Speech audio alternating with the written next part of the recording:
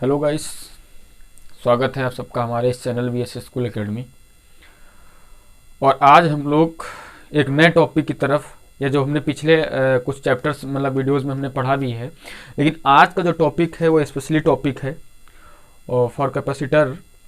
और जो भी 12th के बच्चे हैं उनके लिए एक इम्पॉर्टेंट, और जो अदर भी एग्ज़ाम है उनके लिए भी एक है कि कैपेसिटर जो होता है रियलिटी होती क्या है। हमने पिछले उसमें हमने पढ़ा था कि एक आइसोलेटेड स्फीयर है, तो उसका कितना होता है कैपेसिटर, उसके बारे में हम लोगों ने जो है लास्ट वीडियोस में डिस्कस किए हैं।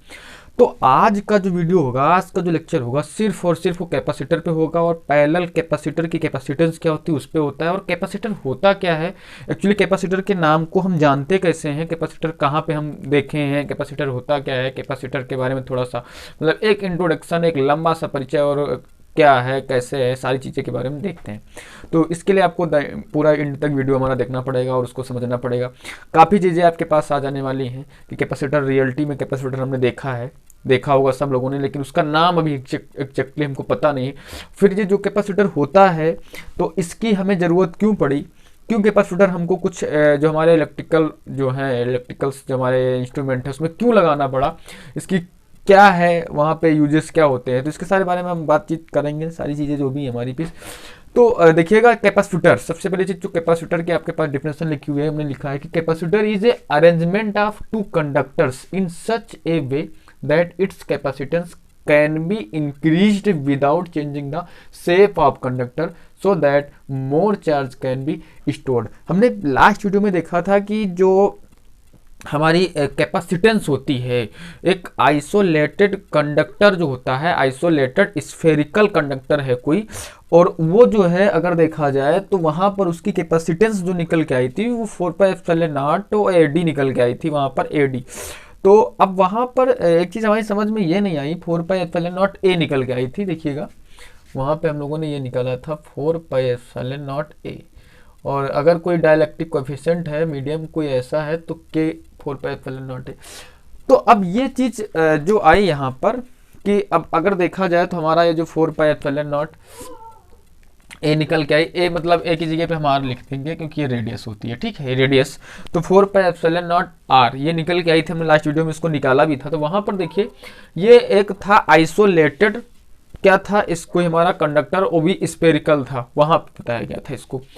लेकिन वो वैल्यू अगर कोई आइसोलेटेड है आपका स्फेयर तो उसकी ये वैल्यू बहुत ही, अगर इसको हम फाइंड करें तो उसके लिए बहुत ही कम निकलती थी। इस वजह से हमको कैपेसिटर लगाना पड़ा और कैपेसिटर का यूज करना पड़ा, क्योंकि डायरेक्टली अगर कोई आइसोलेटेड स्फेरिकल लेते हैं तो वहाँ पर इसकी कैपेसिटेंस बहुत ही कम आती है।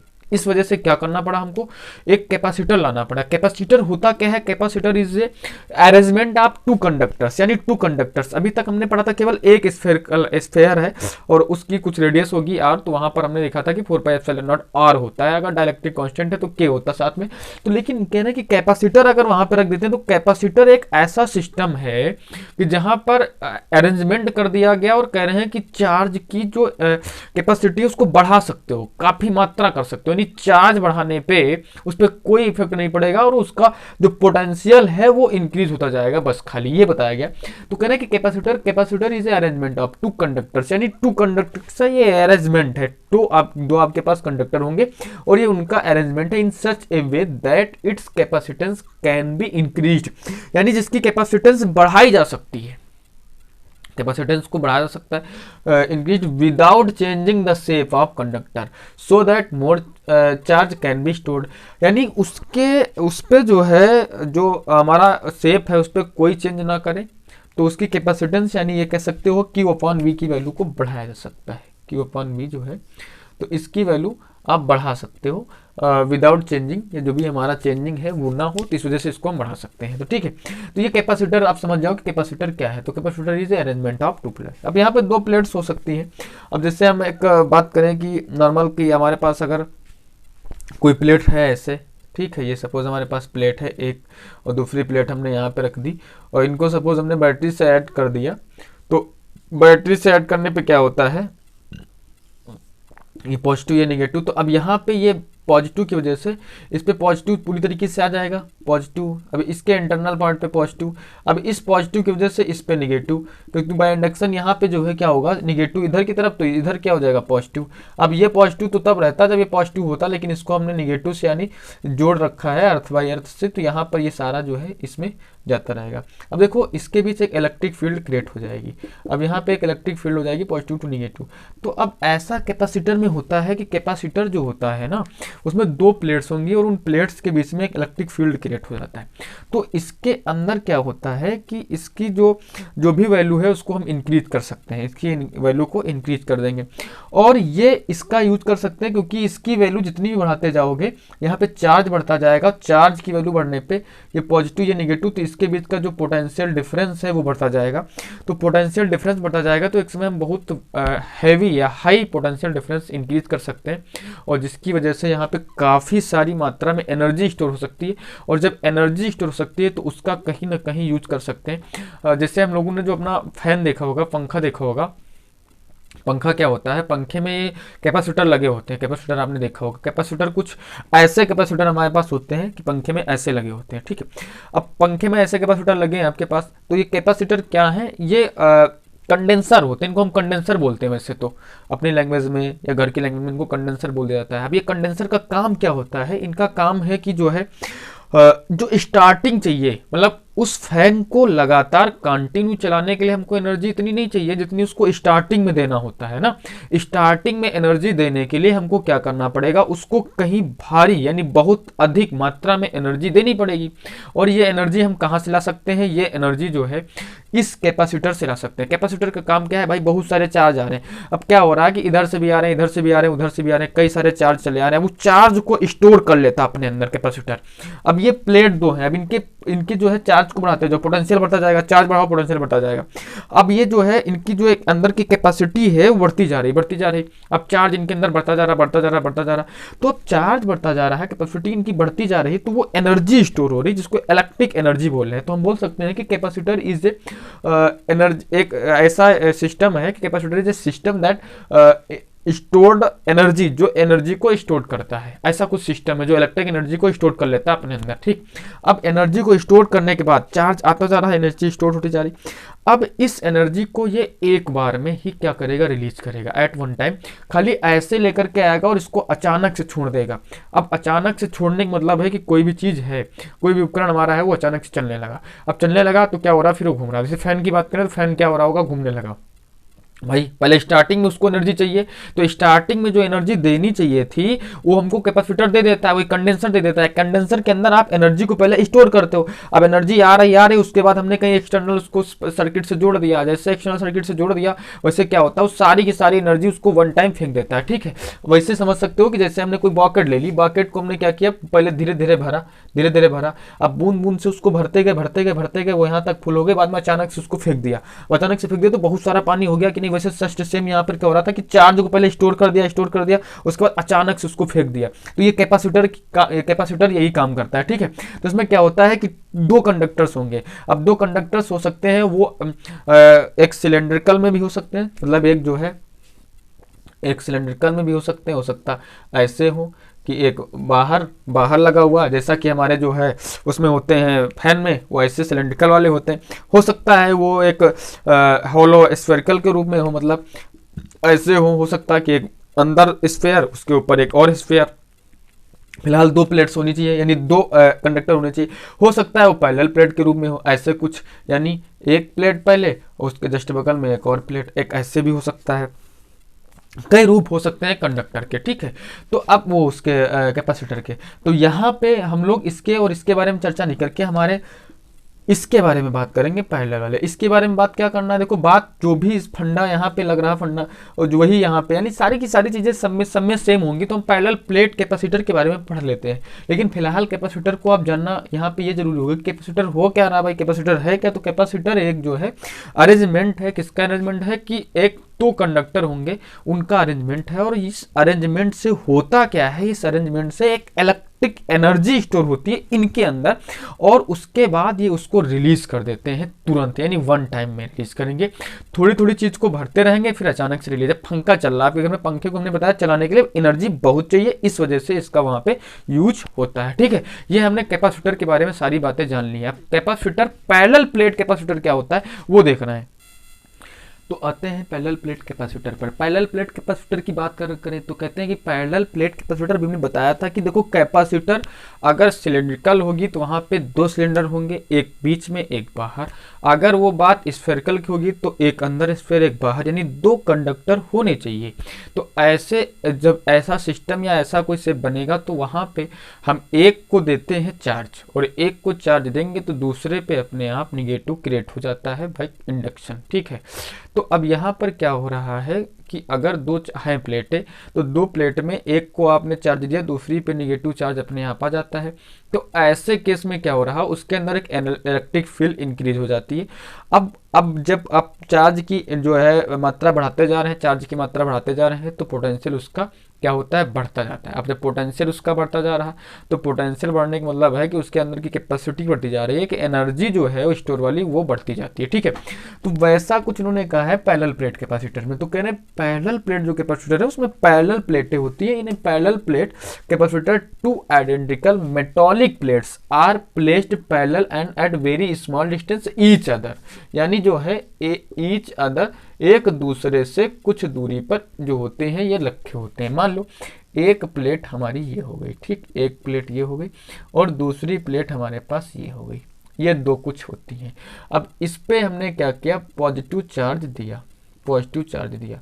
तो अब पॉजिटिव चार्ज हमने कहीं से इसको जो है मान लो देते हैं। ठीक है, तो पॉजिटिव चार्ज हमने इसको दिया, तो जैसे पॉजिटिव चार्ज दिया ना, तो वैसे ही बाय इंडक्शन यहाँ से कुछ इधर की तरफ पॉजिटिव क्या करता है, अट्रैक्ट करता है ना चार्ज को। तो इसके अंदर जो भी चार्ज होगा, मान लो ये डिस्टेंस यहाँ से वेरी स्मॉल डिस्टेंस डी है, जो भी इसके अंदर चार्ज होगा तो निगेटिव वाला इधर सेपरेट हो जाएगा। तो जब निगेटिव इधर सेपरेट हो जाएगा तो इसका मतलब हो रहा है कि पॉजिटिव फिर इधर आ जाएगा। ठीक, पॉजिटिव इधर आ जाएगा। तो अब पॉजिटिव इधर आता, लेकिन इसको हमने तुरंत कहाँ से जोड़ दिया, अर्थ से। तो ये अर्थ से हो गया। तो अर्थ से होने पे क्या हो रहा है यहाँ पर कि जो है जो भी पॉजिटिव था वो सब अर्थ में चला जाता है, कुछ ऐसा। तो अब देखिए इसके अंदर एक इलेक्ट्रिक फील्ड इंक्रीज होती है, ऐसे कुछ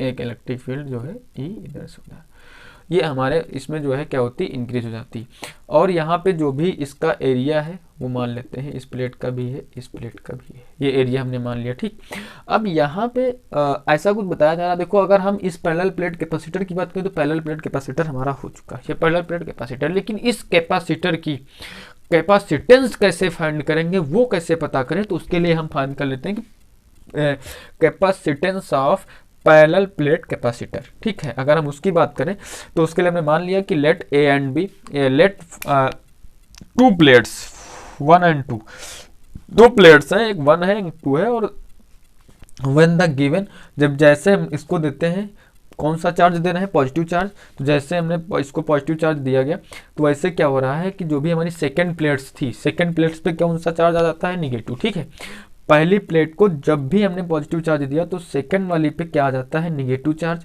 और जब सेकंड वाली पे निगेटिव आता कैसे है, बाय इंडक्शन यानी प्रेरण के द्वारा, कि इस पे जो भी चार्ज दिया गया तो उसने क्या किया, जितना भी निगेटिव होगा ना वो पॉजिटिव की तरफ सेपरेट होगा, और जो भी इसका पॉजिटिव बचा वो उधर चला गया, बाय अर्थ में चला गया फिर। तो इसका एरिया है, इसका एरिया है। ठीक है, इसको ई मान लेते हैं, इसको फर्स्ट, इसको सेकंड प्लेट्स मान लेते हैं। इनके बीच की डिस्टेंस क्या है, ये सारी चीजें आपको पता है, उनको आप लिख सकते हो। अगर कैपेसिटेंस फाइंड करें तो, जब कैपेसिटेंस फाइंड करेंगे तो उसके लिए हमको क्या करना पड़ेगा, इसको लिखना पड़ेगा। तो एक कैपेसिटेंस फाइंड करने के लिए हमने ये बताया है आपको। ठीक है, तो फिर अगर हम इसकी कैपेसिटेंस फाइंड करें तो कैपेसिटेंस फाइंड करने के लिए हमको इतनी चीज़ याद रखनी है कि देखिए इसमें जो है टू प्लेट्स हैं, एक प्लेट्स 1 एक प्लेट्स 2। जब भी हम इसको क्या कर रहे हैं, पॉजिटिव टर्मिनल दे रहे हैं, अभी जैसे हमने बात की कि इसको पॉजिटिव चार्ज दिया जाता है, इसके इनर सरफेस पे क्या हो जाता है, नेगेटिव चार्ज, और जिसके कारण यहाँ पे क्या हो जाता है, पॉजिटिव पॉजिटिव को फिर अर्थ से, यानी सारा काम यहाँ पे पॉजिटिव वाला खत्म। तो इसके इंटरनल पार्ट पे क्या हो जाता है कि एक पोटेंशियल क्रिएट हो जाता है। पोटेंशियल पॉजिटिव क्या होता है, पोटेंशियल के जो है हायर टू लोअर, यानी पॉजिटिव से नेगेटिव की तरफ पोटेंशियल का इंक्रीजिंग जो भी है चलता रहेगा। अब यहाँ पे देखो जो भी आपका इलेक्ट्रिक फील्ड होगा वो ई होगा। अब हमको फाइंड करनी है कैपेसिटेंस। तो कैपेसिटेंस फाइंड करने के लिए कि पैरेलल जो हमारा पैरेलल प्लेट कैपेसिटर है ना, उसकी कैपेसिटेंस क्या होगी। तो उसकी कैपेसिटेंस देखो क्या होती है। तो कैपेसिटेंस हम फाइंड कर रहे हैं कि पैरेलल प्लेट कैपेसिटर, या लिखो capacitance, capacitance of parallel plate capacitor, ऐसा कुछ। तो अब जैसे हमने यहाँ पे पैरेलल प्लेट कैपेसिटर की कैपेसिटेंस फाइंड की, तो सबसे पहले यहाँ पे लिख दो कि जो है इसके अंदर एक इनर पॉइंट मान लेते हैं P, एक इधर। तो अब यहाँ पे इनर पॉइंट P अगर होगा ना between plate 1 end plate 2, plate 1 end plate 2 के बिटवीन में, इसका भी एरिया है, इसका भी एरिया है, ये सब लिख लेते हैं चीज़ें। ये क्यू चार्ज, ये माइनस क्यू चार्ज। तो एक इनर यहाँ पे तो इनर पॉइंट ले लें इन दोनों के बिटवीन में, तो वो क्या है, P है। तो अगर बाय फर्स्ट प्लेट देखा जाए, यानी पहली प्लेट इस पर कितना इलेक्ट्रिक फील्ड क्रिएट करेगी इस पॉइंट P पे, तो वो उधर की तरफ होगा, क्योंकि जो भी इलेक्ट्रिक फील्ड होता है बाय पॉजिटिव चार्ज वो आउटवर्ड होता है, तो यहाँ पे बाहर की तरफ। यानी तो अब इसके बाद जो है निगेटिव वाला क्या करेगा, निगेटिव वाला भी अपनी तरफ ही इसको करेगा, क्योंकि निगेटिव वाले की क्या होती है, अवे फ्रॉम नेगेटिव, नेगेटिव के पास में होती है। तो अब देखिएगा यहाँ पर अगर हम मान लें कि पॉजिटिव पहली प्लेट है, सेकेंड प्लेट जो है आपकी निगेटिव है, तो यहाँ पे लिखो कि electric field, electric field between plates, जो भी प्लेट्स हैं उनके बिटवीन में इलेक्ट्रिक फील्ड क्या होगा, तो E1 इज इक्वल टू, और हाँ एक चीज़ इसको ऐसा कुछ मानना है कि इसके इनर सर या जो भी ये इसके अंदर जो हमारा स्पेस है, उस स्पेस में एक डाई इलेक्ट्रिक कॉन्स्टेंट वाला कोई हमारा मैटर है जिसका डाई इलेक्ट्रिक कॉन्स्टेंट K है, ठीक है। एक डाई इलेक्ट्रिक कॉन्स्टेंट, एक मैटर भरा गया है कोई, यहाँ पे एक जो है डाई इलेक्ट्रिक कोई मैटर है, इसके अंदर कोई सब्सटेंस है जिसका डाइलेक्ट्रिक कांस्टेंट K है। कोई ऐसा हमने यहाँ पर क्या भर दिया है, एक पदार्थ भर दिया जिसका कांस्टेंट टर्म, यानी जिसका डाइलेक्ट्रिक कांस्टेंट क्या है, K है। तो यहाँ पर देखिए कि क्या होगा फिर इलेक्ट्रिक फील्ड। तो इलेक्ट्रिक फील्ड हमने गॉसेस लॉ में देखा था कि अगर कोई प्लेट्स है, पैरेलल प्लेट्स होती है, तो पैरेलल प्लेट्स के वजह से जो भी इलेक्ट्रिक फील्ड होता है, इवन जो भी होता है, तो वो क्या होता है, सिग्मा अपॉन ये होता है एप्सिलॉन नॉट। अब K लिख दे रहे हैं तो सिग्मा अपान क्या हो जाएगा, K एप्सिलॉन नॉट। तो यहाँ पर sigma upon K epsilon not हो जाएगा, ठीक है। तो ऐसा कुछ। अब जब सिंगल प्लेट होती थी, सिंगल प्लेट के लिए हमने यहाँ पे क्या लिखा था, 2K, मतलब 2 एप्सिलॉन नॉट होता था, तो sigma upon 2K epsilon not. अब जस्ट यहाँ पर E2 की वैल्यू क्या हो जाएगी, sigma upon 2K epsilon not. तो अब E2 क्योंकि प्लेट की जो मेटल है वो सेम है, तो इस वजह से सिग्मा दोनों का सेम रहा, ठीक है, सिग्मा सेम रहा दोनों का, और डाइलेक्ट्रिक कांस्टेंट इस वजह से वो भी सेम रहा। तो ये E1 और E2 दो चीजें आपके पास आ जाती है। E1 की वैल्यू ये, E2 की वैल्यू है एट पॉइंट P, और पॉइंट P कहाँ है, बिटवीन प्लेट्स, जो भी प्लेट्स आपकी है ना उनके बीच की बात कर रहे हैं। तो चलिए ठीक है, फिर E1 की वैल्यू और E2 की वैल्यू हमने देख लिया। ऐसा कर क्यों रहे हैं, क्योंकि हमको वो निकालना है इसकी कैपेसिटेंस। तो कैपेसिटेंस निकालने के लिए कुछ हमको मैथमेटिकल करना ही पड़ेगा, ठीक है, और वो हम कर रहे हैं। तो उसके लिए देखिए E1 की वैल्यू और E2 की वैल्यू आपने निकाल ली। अब E1 और E2 की वैल्यू जब आप निकाल चुके हो, तो आप इसका जो है टोटल इलेक्ट्रिक फील्ड्स निकाल लो। तो E बराबर क्या हो जाएगा, दोनों को ऐड कर दो, E1 plus E2, direction is equal, direction एक ही तरफ है, जैसे दोनों को ऐड कर देते हैं, sigma upon 2K epsilon not plus sigma upon 2K epsilon not, और जब डिनोमिनेटर सेम होते हैं तो ये 2 sigma upon 2K epsilon not, 2 से 2 इसको हम करते हैं, तो sigma upon K epsilon not, ये आ गई E की वैल्यू। अच्छा, E की वैल्यू से काम चल जाता तो इसको यहीं पे छोड़ देते, लेकिन हमको चाहिए भैया कैपेसिटी। अब कैपेसिटी यानी कैपेसिटेंस, कैपेसिटेंस को हमने पहले स्टार्टिंग में पढ़ लिया था कि वो Q अपॉन V होता है। अब Q अपॉन V होता है तो भैया बड़ी दिक्कत है कि यानी Q को इंक्रीज करने पे V बढ़ता है, या V को इंक्रीज, Q के ही लगाए तो Q की वैल्यू बढ़ाएं तो V बढ़ता जाता है। तो यहाँ पे एक दिक्कत हमारे पास ये आ रही है कि हमको E से कोई मतलब नहीं है, हमको चाहिए भैया क्यू और वी। क्यू तो पता था क्यू है, लेकिन वी की वैल्यू चाहिए। अगर वी पता चल जाए तो यहाँ पे रख के हम इसको फाइंड कर लें कि कैपेसिटेंस इसकी कितनी आएगी। अब वी के लिए देखो क्या करना पड़ेगा। अब बहुत ही एक सिंपल सा फार्मूला है, उस फार्मूले को आप याद रखें कि जो भी वी होता है ना वो E इंटू डी होता है। इस फार्मूले को आप अपने दिमाग में बसाएं बिल्कुल कि V is equal to E into D होता है। तो वैसे अगर हम V की वैल्यू निकालें ना तो V की वैल्यू E इंटू डी। अब E इलेक्ट्रिक फील्ड और D डिस्टेंस का, कितनी डिस्टेंस की बात कर रहे हैं, कहाँ पे हमको चाहिए ये क्या पोटेंशियल डिफरेंस। तो E तो यहाँ पे हो गया E की वैल्यू सिग्मा अपॉन के एप्सिलॉन नॉट और डी हो गया। ठीक है, ये हमने कर लिया, ये सिग्मा अपॉन के एप्सिलॉन नॉट और इंटू में डी। लेकिन एक चीज़ और भी अभी दिक्कत है कि सिग्मा, अभी सिग्मा तो वहाँ पर हमने लिखा था कि एक सरफेस डेंसिटी है, ये सरफेस डेंसिटी जो चार्ज सरफेस डेंसिटी होता है उसको सिग्मा माना गया था। लेकिन यहाँ पे हमको चार्ज डेंसिटी से मतलब नहीं है। गॉसेस लॉ वाला वीडियो जरूर देखें, वहाँ पर जाकर ही ये बात समझ में आएगी कि वास्तव में क्या है। ठीक है, तो गॉसेस लॉ वाला वीडियो जरूर देखें आप।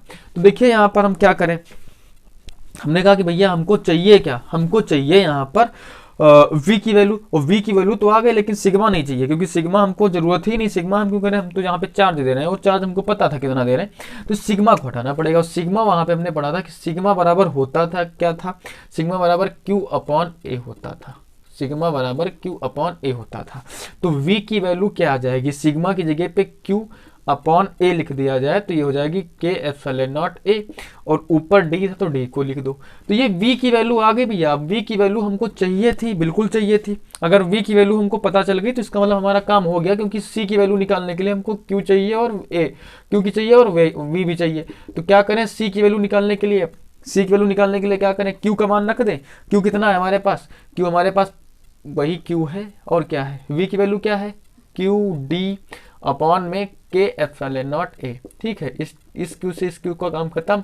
तो C का मान कितना आ गया, C का मान आ गया के एप्सिलॉन नॉट ए अपॉन में ये नीचे क्या बचा D।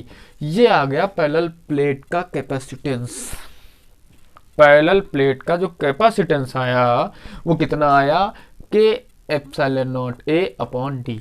मतलब एक बिल्कुल सिंपल सा फार्मूला आ गया जिससे हम ये पता कर सकते हैं कि जो भी आपकी पैरेलल प्लेट होंगी उनको सेपरेट किया जा रहा, तो उसके अंदर जो कैपेसिटेंस आएगी उसकी वैल्यू कैसे इंक्रीज करें, कैसे डिक्रीज करें। अब वो यहां से पता चल रहा है आपको। देखिए सी के पे डायरेक्टली प्रोपोर्शनल है, सी इज डायरेक्टली प्रोपोर्शनल टू के।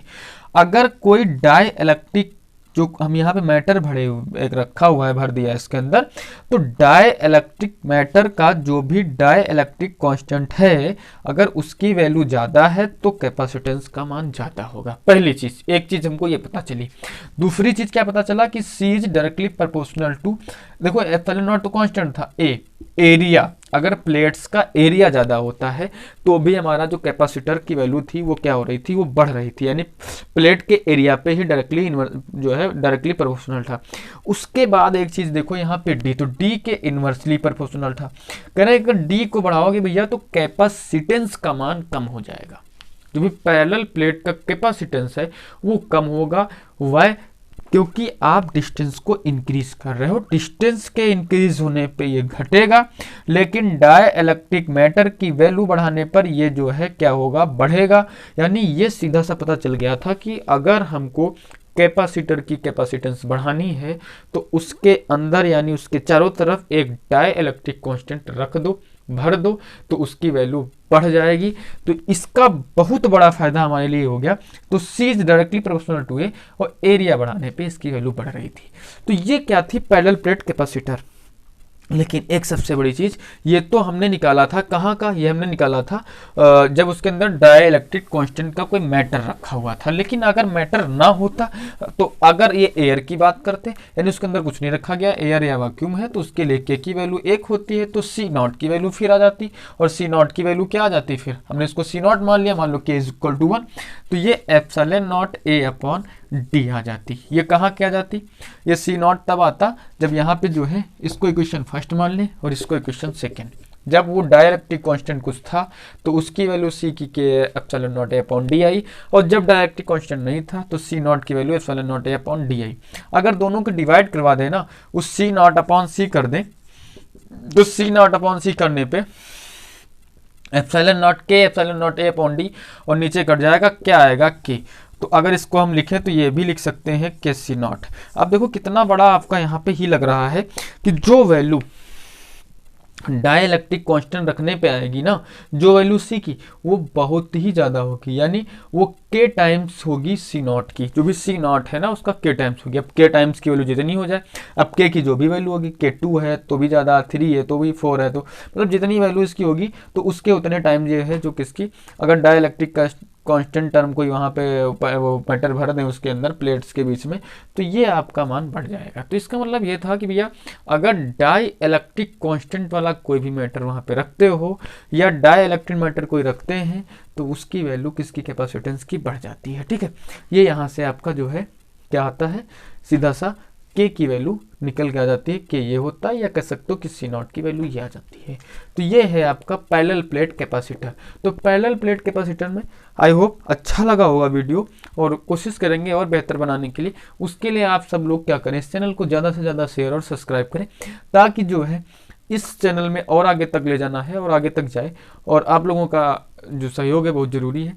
और भी अच्छे से अच्छे, बेटर से बेटर कोशिश कर रहे हैं हम लोग कि अच्छे से अच्छी चीज़ें आपको दे पाएँ, और इसके लिए आप लोगों का सहयोग बहुत ज़रूरी है। तो प्लीज़ आप लोग जो है इस चैनल को आगे बढ़ाएं, और अपने लिए और अपने फ्रेंड्स के लिए एक अच्छा बेहतर मौका है, बेहतर बनाने के लिए एक अच्छा सा टाइम है कि इसमें सब छोटी छोटी चीज़ें हम एक नए स्तर से, एक नए सिरे से पढ़ाई को स्टार्ट करते हैं। वे बच्चे जो बिल्कुल ही नहीं पढ़ पा रहे हैं, जिनको बहुत दिक्कत होती है, वो खास करके हमारे वीडियोस देखें, आपको न्यूमेरिकल्स वगैरह भी मिलते रहेंगे। और जो भी दिक्कत हो रही है वो कमेंट बॉक्स में ज़रूर बताएं। फिर आपको मिलते हैं एक नए वीडियो में, नए लेक्चर के साथ और नई कोशिश के साथ। फिर तब तक के लिए अपना और अपने परिवार का ख्याल रखें। धन्यवाद।